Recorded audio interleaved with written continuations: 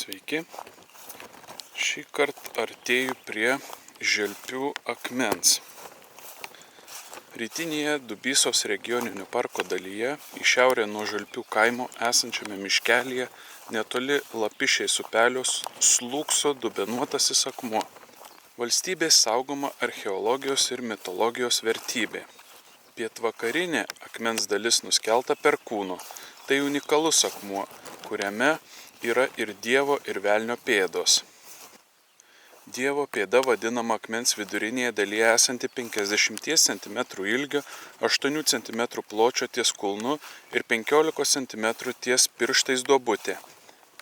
Akmens pietrytinėme šone matoma 14 cm ilgio ir 7,5 cm pločio Velnio pėda. Apie Želpių akmenį pasakojamas toks padavimas. Kitąsyk stovėjęs ant to akmens Dievas. Atlėkęs prie jo velnės ir atsisėdęs šalia. Dievas, kai stūmęs velnę, velnės nugriuvęs, palikęs įmynęs pėdą ir nuspyręs akmens kampą. Ir dabar ten naktimis pasirodo velnės. Naktį niekas neina į tą pelkę, ypač prie akmens, net arkliai ir tie bijo artyn prieiti.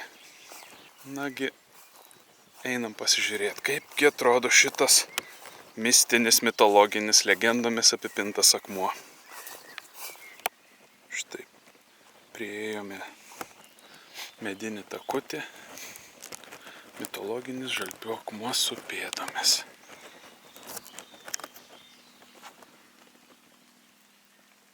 Aukštis 2,30 cm, ilgis 3,92 cm, plotis 3,82 cm.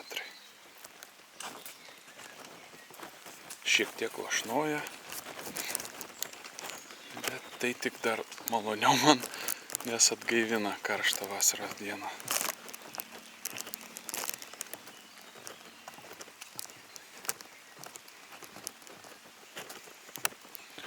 O šalia ir akmenukų yra nedidelių visai.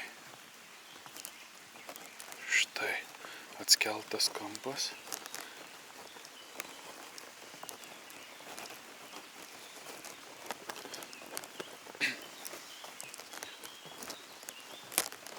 Tos vadinamosios pėdos, kaip suprantu, čia yra viena ir kita va čia tikriausiai.